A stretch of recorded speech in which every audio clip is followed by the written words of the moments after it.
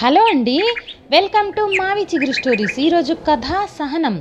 ఈ కథ మీకు నచ్చితే లైక్ చేయటం మర్చిపోకండి. మీకు ఎలా అనిపించిందో కామెంట్ చేసి చెప్పండి. ఈ ఛానల్ని కొత్తగా చూసేవారు మరిన్ని మంచి కథల కోసం సబ్స్క్రైబ్ చేసి బెల్ ఐకాన్ ఆన్ చేయండి. అప్పుడు ఏ కొత్త వీడియో పెట్టినా మీ దాకా వస్తుంది. ఇక కథ మొదలు పెడదాం. బిఏ పరీక్షలు రాయకుండానే పెళ్లి కుదరటం, ముహూర్తాలు పెట్టేసుకోవటం జరిగిపోయాయి సునీతకి. నాయనమ్మ, నేను ఆ విధవ పరీక్షలు రాయనే, పెళ్ళి ముందే అయిపోతుంది కదా, ఇక చదువు మానేసి కాపురానికి వెళ్ళిపోతానే అంటూ గారాలు పోయింది సునీత. ఛీ, నోరు ముయ్యవే, అంత పెద్ద చదువులు చదివి ఇంజనీర్ ఉద్యోగం చేసేవాడి పెళ్ళం కనీసం బిఏ అన్నా కాకపోతే అందరూ నవ్వుతారే. బిఏ పూర్తి చేస్తామని చెబితేనే పెళ్లికి ఒప్పుకున్నారాళ్ళు. వాళ్ళ కుటుంబంలో చదువుకున్న ఆడపిల్లలు లేరట. నోరు మూసుకొని పెళ్లి చేసుకొని పరీక్షలు రాసి అప్పుడు కాపురానికి వెళ్ళు అంటూ కేకలేసింది నాయనమ్మ.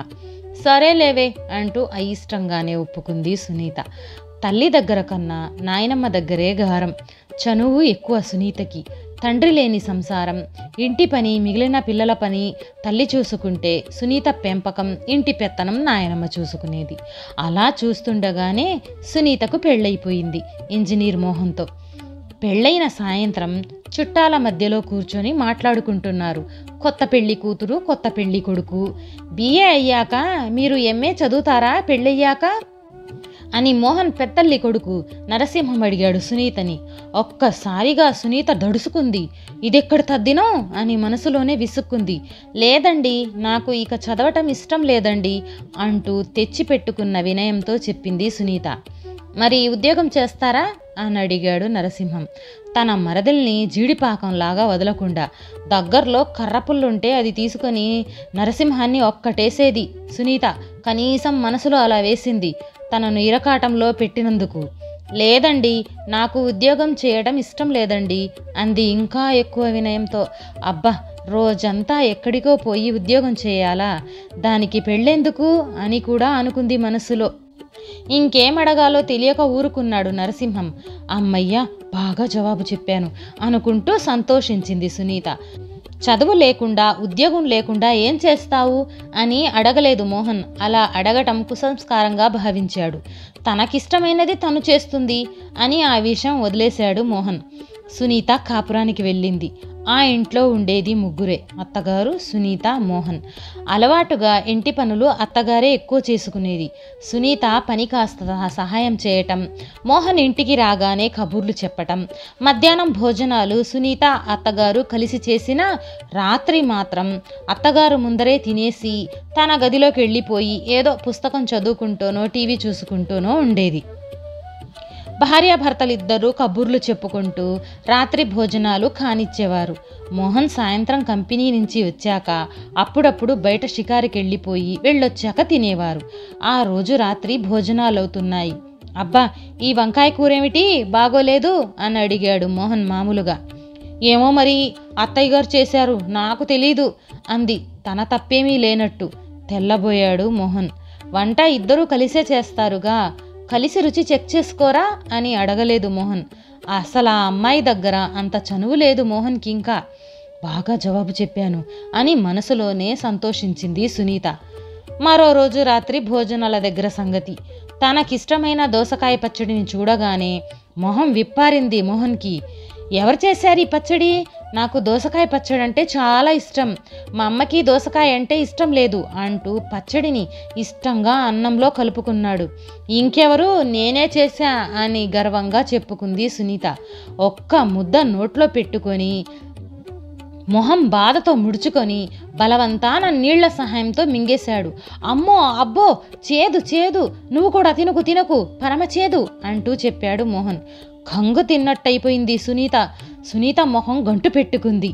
ఏమో బాబు, నాకు వచ్చినట్లు చేశాను, ఇంతకన్నా చేయటం నాకు రాదు అంది మొహం మార్చుకుని. మళ్ళీ తెల్లబోయాడు. తన్నేమన్నా అన్నాడా ఇప్పుడు?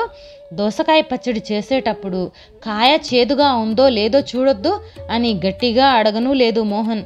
మళ్ళీ తన సంస్కారం గుర్తు చేసుకుని ఊరుకున్నాడు. అత్తగారికి దోసకాయలంటే అసలు ఇష్టం లేదు. ఆవిడ దాన్ని ముట్టుకోనూ లేదు. లేకపోతే ఆ తప్పు ముందరే బయటపడేది. సునీతకు కూడా దోసకాయలంటే చాలా ఇష్టం. అలా జరిగింది ఈ తతంగం. ఒకసారి అత్తగారు ఏదో ఊరెళ్ళింది. ఇక సునీతదే ఇంటి పెత్తనం. కంపెనీ నుంచి వచ్చాక ఇంటి పనిలో కాస్త సహాయం చేశాడు. కూరన్నం నోట్లో పెట్టుకుని కూరల్లో కాస్త కారం ఎక్కువైంది అన్నాడు మోహన్. మా ఇంట్లో కారాలు ఎక్కువగా తింటాం బాబు, చప్పిడి తిళ్ళు మాకు అలవాటు లేవు అని ఘాటుగా జవాబు చెప్పేసింది. పచ్చడన్నం నోట్లో పెట్టుకొని పచ్చడిలో కాస్త ఉప్పు తక్కువైంది అన్నాడు మోహన్. మా ఇంట్లో అంత ఉప్పు కషాయాలు తినం బాబు, మాకు అలవాటు లేవు అంది నొసలు చిట్లిస్తూ సునీత. ఏమన్నా అంటే దెబ్బలాడుతుంది, అది సంస్కారం కాదు, ఊరుకుంటే పోతుంది అని అనుకుంటూ మాట్లాడలేదు.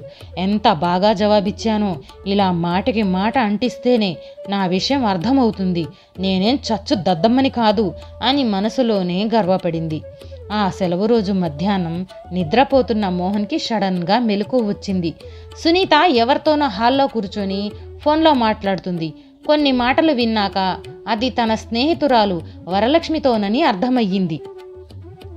అలా అని జవాబులు గట్టిగా బాగా చెప్పానే, ఇక నోరెత్తలేదు.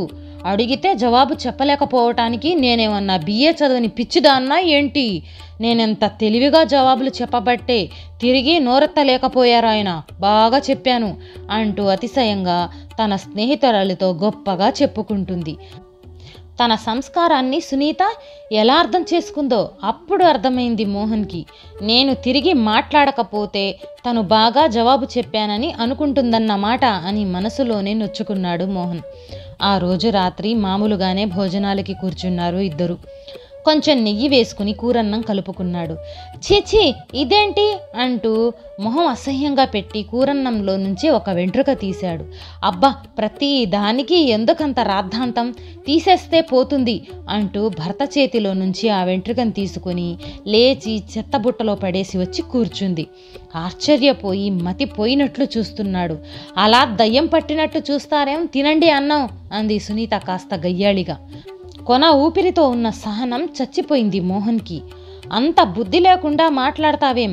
తిండిలో వెంట్రుకలంటే చాలా అసహ్యమని నీకెప్పుడో చెప్పాను. వంట చేసేటప్పుడు జుట్టు విరబూసుకొని చెయ్యొద్దని ఎన్నోసార్లు అన్నాను. నువ్వేమీ పట్టించుకోవు. ఏమన్నా అంటే భర్త పురుషాహంకారంతో అంటున్నాడని పెద్ద గొడవ. దేనికి నోరెత్తకుండా ఊరుకుంటే అది నా చేతగానితనంలాగా భావిస్తున్నావు. ఎంతకని ఊరుకునేది అని గట్టిగా అన్నాడు. ఎన్నడూ నోరు తెరవని భర్త అలా ఆ రోజు అనేసరికి తెల్లబోయింది సునీత. ఆ విధంగా ఆ సంసారం గొడవలకి నాంది పడింది. ఈ కథ నచ్చితే లైక్, షేర్ చేసి తప్పకుండా సబ్స్క్రైబ్ చేయండి.